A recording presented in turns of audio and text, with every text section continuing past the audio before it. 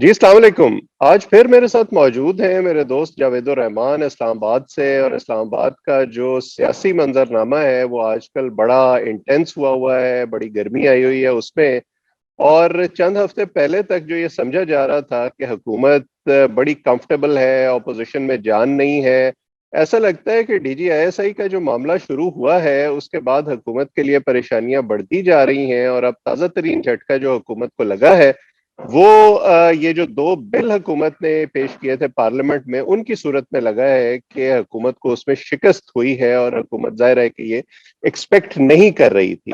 तो जावेद साहब से पूछते हैं, क्योंकि जब हमने पिछली दफा गुफ्तगू की थी तो इन्होंने कहा था कि इस वक्त हुकूमत को जो अददी बर्तरी है पार्लियामेंट में वो बड़ी डेलिकेट हुई हुई है और उनके हामी शायद उनसे इतने खुश नहीं है। तो जावेद साहब, आपका बहुत शुक्रिया कि आपने आज वक्त दिया। तो ये बताइए कि ये जो लेटेस्ट सेटबैक है हुकूमत के लिए, इसकी वजह क्या हुई? जी, कौमी असम्बली में ये प्राइवेट मेंबर डे है, ये ट्यूसडे वाले दिन। उस हम्म, दिन ये अपसेट हुआ, जिसकी तवक्का बिल्कुल गवर्नमेंट हुकूमती अरकान बिल्कुल नहीं कर रहे थे। अच्छा, हम्म, इसमें मैं एक चीज आपको बताऊं कि पिछला जो महीना जो गुजरा है उसमें एक बड़ा जबरदस्त किस्म का एक रिकॉर्ड बना है, हम्म, जो मैं तो पिछले तकरीबन 2003-2 से यहाँ असेंबली आ रहा हूँ, मैंने ऐसा रिकॉर्ड नहीं देखा। एक अवैस भाई, एक डबल हैट्रिक हुई है, हम्म, कोरम पॉइंट आउट होने की और इजलास सस्पेंड होने की। एक हम्म, इजलास जिसके ऊपर लाखों रुपए लगते हैं, हम्म, वो तकरीबन अगर आपका इजलास 10 मिनट में खत्म हो जाए, उसमें तिलावत हो, तराना हो और इस तरह से हो, उसके फौरन बाद ही अपोजिशन चाहे प्लान करके वो कर दे। हाँ, इसमें हम ये भी बात एक है कि कोरम का मिसयूज भी हम इसे कह सकते हैं। हम्म, मिसयूज हुआ, लेकिन वो रियलाइज कराने के लिए हुआ।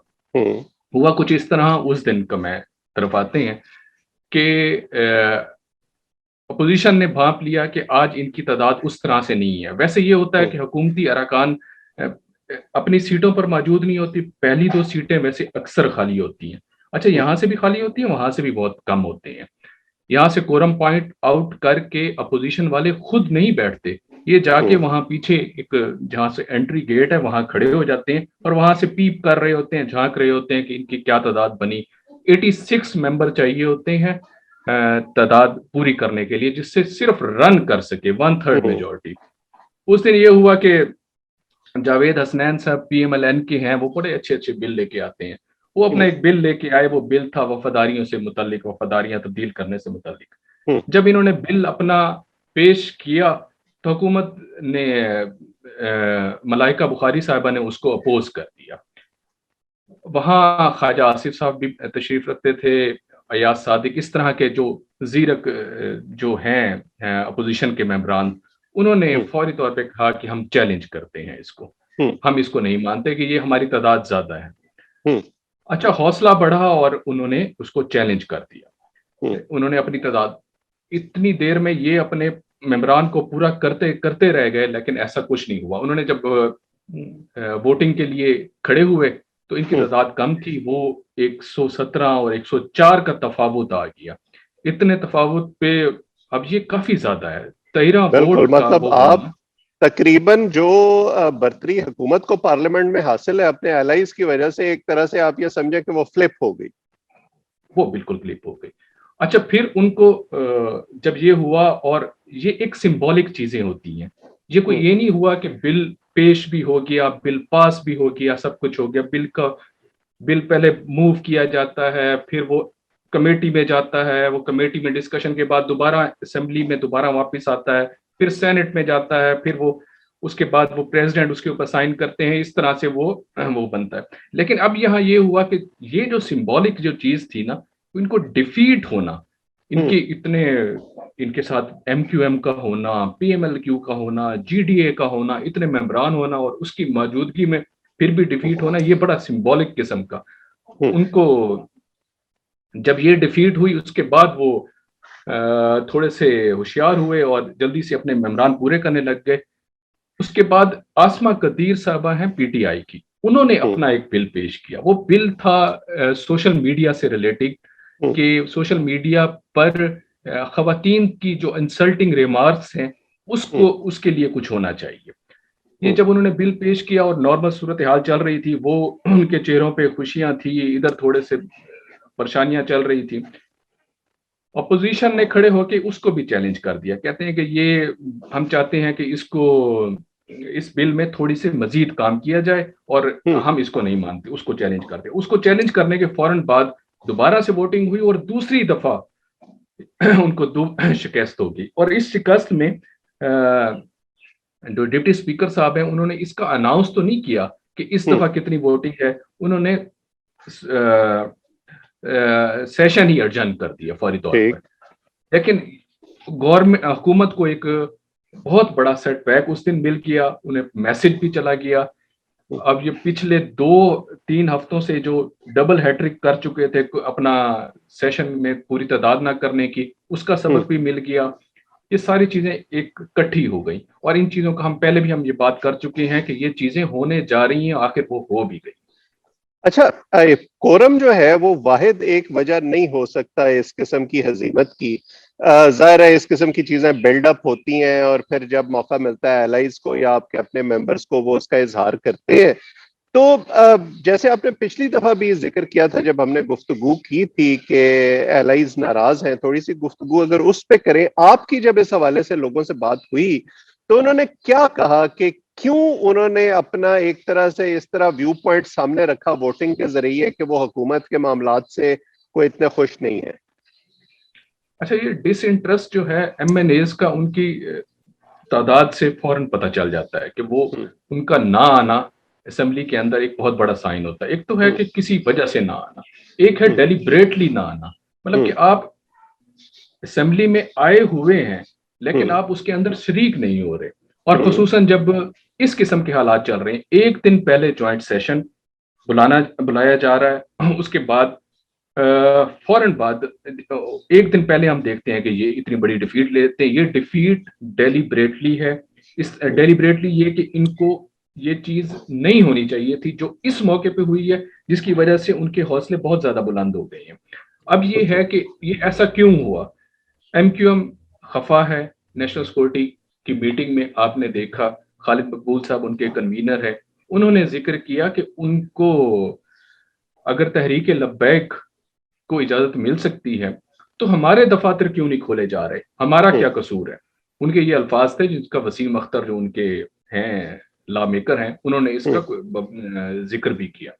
इसी तरह पीएमएलक्यू के भी कुछ थे, वो थोड़े से वजादार हैं, थोड़ी सी चीज रहने देते हैं। जैसे कल हमने देखा कि कल दोबारा से कोई चीज थी असेंबली के अंदर जो पूरी नहीं कर पा रहे थे, तो पीछे से ये चीमा साहब आ रहे थे और आमिर डोगर साहब जो इनके चीफ विप हैं पीटीआई के, वो परेशान परेशान देख रहे थे कि आज फिर में हमें कहीं डिफीट ना हो जाए, हम कहीं वो ना हो जाए। तो चीमा साहब ने इस तरह से किया हुआ था, जनाब हम आज आ चुके हैं, हम इधर ही हैं।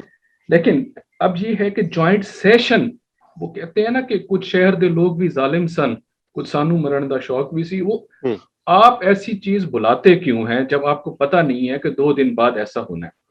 अच्छा, हमने ये देखा है कि जब भी ये ज्वाइंट सेशन इस किस्म का लेजिस्लेशन स्पेसिफिक या कुछ ऐसा होता है, उससे पहले एक बड़ा जबरदस्त किस्म का खाना और खाने की खुशबू पूरे पार्लियामेंट के अंदर वहां तक आ रही होती है। वो खाना पहले चलता है, इस किस्म का लंच होता है, लंच के फौरन बाद जनाब ये इत्तेहादी जमातें और इकट्ठे खुशी हंसी खुशी आ जाते हैं और वो बिल भी पास हो जाते हैं और इस तरह से हो जाता है। इस दफा ये हुआ कि वो जो इत्तेहादी जमातें हैं, ज्वाइंट सेशन इन्होंने बुलाने के बाद जब उनसे बातचीत की, उन्होंने तो कहा कि जी हम आपके साथ नहीं हैं, इस मामले में हम आपके साथ। हालांकि वजीर आजम साहब ने जो है वो बड़ा एक मुतासिर कुन खिताब भी किया जिसमें उन्होंने कहा कि आप जिहाद समझकर वोट दें, तो लगता है कि जज्बा जिहाद कम से कम एलाइड पार्टीज का कुछ मान पड़ रहा है। जी, अच्छा, उसके अंदर इन्होंने थोड़ी सी एक अच्छी मूव की। इन्होंने कहा कि हम अपोजिशन को एक और मौका देते हैं कि वो अपोजिशन आ जाए और हमारे साथ बैठ जाए, एक मुत्तफिक का बिल हम लेके आए ईवीएम से रिलेटेड। हालांकि ऐसा नहीं है, अपोजिशन नहीं, आपके अपने अरकान का मसला था, आपके इत्तेहादियों का मसला था। अपोजिशन तो अभी भी उसके ऊपर डटी हुई है, और उनके फौरन बाद उनके ट्वीट्स आने शुरू हो गए कि ये भाग गए, ये डर गए, ये इस तरह से हो गए। मेरी भी बात हुई 2-3 लोगों से, उन्होंने कहा कि ये तो हम देख रहे थे, इस तरह से नहीं होने वाला, ये किस तरीके से जॉइंट सेशन लाएंगे, क्या ये एक किसी शहादत की तरफ जा रहे हैं, पहले भी डिफीट ले चुके हैं, ये यहाँ क्या करने जा रहे हैं। आखिर वही हुआ कि वो उनको दोबारा से यू टर्न, जिसे ये बार बार कहते हैं, वो उनको लेना पड़ा। वो तो जावेद साहब, आप मुझे ये बताएं कि ये तकरीबन एक तरह से मतलब ओपन सीक्रेट है कि ये सारे एलाइज जो हैं और इवन हुकूमत के अंदर, हुकूमती जमात के अंदर काफी सारे लोग जो हैं वो किस तरह से इकट्ठे किए गए। वो जो गालिब का शेर है कि बेखुदी बेसबब नहीं गालिब, कुछ तो है जिसकी पर्दादारी है। तो इस बार क्या पर्दादारी है? पर्दे के पीछे भी कुछ मूवर्स एंड शेकर्स जो है वो अपना काम दिखा रहे हैं और हुकूमत को टफ टाइम दे रहे हैं। जी बिल्कुल इस तरह से है। आपने ये पिछले दिनों एक बल्कि कल परसों की ही बात है, हम बार बार जिक्र करते हैं जब इत्तेहादियों का, इत्तेहादियों में जैसे सबसे पहले टॉप पे आते हैं जिनकी सबसे ज्यादा तादाद है 7 MQM की। MQM की आपने पिछले वो कराची के अंदर अल्ताफ वाले, उनकी वॉल चॉकिंग हुई है, ये हमारे टॉप ट्रेंड भी रहा है इसके ऊपर, ट्विटर के ऊपर। ये इस तरह के वाकयात होना, इधर से इनका गिला करना कि आप उनको दफातर खोल के दे रहे हैं, हमें नहीं दे रहे, इधर से PMLQ जो कि वजादार जरूर हैं लेकिन इनकी हिस्ट्री भी कोई इतनी बेहतरीन किस्म की नहीं है कि किसी के साथ खड़े हो गए तो फिर उसी के साथ, अगर खड़े हैं तो ये सिर्फ पॉलिटिकली नहीं खड़े रहे। इनके अगर आप देखें तो इन्होंने भी पीछे कहाँ कहाँ अपनी वफादारियां कहाँ किन किन के साथ रखी हैं, अब वो चीजें भी सामने आ रही हैं। इसी तरह से अब GDA जिनकी 3 अरकान है, बाज़ाहिर ये देखने में 3, 2, 1, 5 होते हैं, लेकिन यह जब इस किस्म की लेजिस्लेशन या ऐसी कोई बात होती है तो इनकी 3, 2, 1 भी बहुत ज्यादा अहमियत के आमिल। अभी भी तो यही हुआ। अगर ये कहें कि हमारे अरकान बाहर बैठे थे या अंदर थे या आ रहे थे, आखिर इसी खौफ से आपने जॉइंट सेशन को मुलतवी कर दिया। और अगली बात ये कि टास्क दिया गया है स्पीकर साहब को, मुझे समझ नहीं आती स्पीकर साहब किस तरीके से इनको टैकल करेंगे। क्या ये सिंबॉलिक नहीं है? स्पीकर साहब का तो बिलावल कह चुके हैं कि हम उनके साथ कैसे बैठेंगे, उनके अल्फाज कुछ और थे, इससे भी ज्यादा सख्त थे, हम उनके साथ कैसे बैठें और इनसे कैसे बात करें। आप कुछ सीरियस किस्म की बात करें जिससे कुछ नजर आए। क्या ये आखिरी चांस है, इसको देना चाहते हैं इसको विडोज करने के लिए? असल में वो जो मैंने बात की ना कि अपोजिशन को राजी करने के लिए, अपने इत्तेहादियों को राजी करने के लिए टाइम बाइंग टैक्टिक्स यूज कर रहे हैं। इन्होंने पहले अनाउंस किया, फिर उसके बाद वापस आ गए। स्पीकर साहब से ये हल होने वाला नहीं है। मेरी हम चाहते हैं कि ऐसे मामला हल हो, लेकिन स्पीकर वाकफाने हाल ये कहते हैं कि स्पीकर साहब को ऐसे दरमियान में डाला गया है, वो इनको क्या बुलाएंगे और उनके आने से कौन सी चीजें हल हो जानी है। पहले स्पेशल 6 कमेटियां हैं सर जिन स्पीकर साहब के अंडर, उनमें से कितनी 6 की 6 डिस्फंक्शन पड़ी है। एक स्पेशल कमेटी जो है एग्रीकल्चर से रिलेटेड, उसके ऊपर एक बुला ली जाती है मीटिंग और उसमें कुछ ना कुछ कर दिया जाता है, उसके अलावा कोई इतना खास वो नहीं है। ठीक, तो ये बताएं फाइनली कि आपने इक़्तिदार के शहर में आप मौजूद हैं, इस्लामाबाद में, आपने कई हुकूमतों को देखा है, कवर भी किया है, उनके अच्छे वक्त भी देखे हैं, मुश्किल वक्त भी देखे हैं। अब जब आप ये सारे पीसेस ऑफ द पजल को इकट्ठा करते हैं तो आपको क्या लगता है कि ये हुकूमत जो है अब ये लुढ़कना शुरू हो गई है और इसके बाद लुढ़कती ही जाएगी, या आपको लगता है कि ये एक टेम्पररी फेज है और ये सारा कुछ जो है ये वापस रिकवर हो जाएगा? अच्छा, ये काउंटडाउन की बातें तो स्टार्ट हो चुकी हैं और अब से नहीं, पिछले महीने से स्टार्ट हो चुकी हैं। जैसे अपोजिशन के जो बड़े जो मेंबरान हैं उनकी मीटिंग्स होना, खास मीटिंग्स जो पिछले दिनों हुई हैं, और इस किस्म के कराइन सामने आना, फिर ये डिफीट सामने आना, फिर जॉइंट सेशन का वापस लेना, ये वाकईतन ये हालात, वाकयात, माहौल, ये चीजें ये सारी इकट्ठी होती जा रही है। मैं तो ये जो सुमोटो हुआ है उसको भी इससे अलग करके नहीं देखता। जी बिल्कुल, इसको भी रिलेट करके हमें साथ चलना पड़ेगा। ये सारी चीजें इकट्ठी हो रही हैं। अब इत्तेहादी भी वो नाराज हो के आपके सामने ही, उन्होंने तो खुल के कभी नहीं आते, इस दफा वो खुल के सामने आए हैं कि हम नहीं मानते। पहले तो आप कह रहे थे कि EVM ठीक है, हम इसके साथ चलेंगे, आप इस दफा भी पीछे हट गए। और आपका ये 13 मेंबर्स का 13 वोट नेशनल असेंबली में कम होना, और जिसके ऊपर आपको मान था कि हम ज्वाइंट सेशन बुला के हम इनको उड़ा के रख देंगे, ये क्या हुआ? आप इत्तेहादियों को तो अपने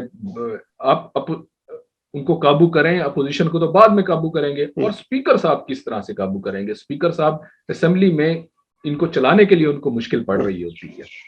तो मैं वो आपकी बात है कि ये चीजें मुतजलजल हो रही हैं जी, इसमें कोई शक नहीं है, चीजें मुतजलजल हो रही हैं। हुकूमत के लिए टफ टाइम है, इस टाइम इनको बहुत सोचने की जरूरत है। इन्फ्लेशन अपनी जगह है, चीनी के मामला आपके सामने हैं, तो अब देखते हैं कि क्या होगा।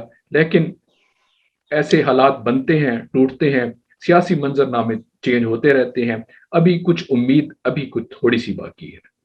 बिल्कुल सही। और अपनी पिछली गुफ्तगू में जब हमने और आपने बात की थी तो आपने कहा था कि 7 और 8 का नंबर जो है वो बड़ा क्रिटिकल हो गया। अब ऐसे लगता है वो नंबर बढ़ के 13 तक पहुंच गया है, और अंग्रेजी में कहते हैं कि 13 बड़ा अनलकी नंबर होता है। सो अब देखते हैं कि खान साहब के लिए आगे चलकर जो है ये लकी साबित होता है या अनलकी साबित होता है। इस हवाले से हम गुफ्तगू का सिलसिला जारी रखेंगे। ये बात बहरहाल तय है कि अब हुकूमत के लिए ये जो खींचातानी की फजा है इसमें कमी नहीं आएगी। अगर इजाफा ना हुआ तो कम अज कम इसी तरह जरूर जारी रहेगी।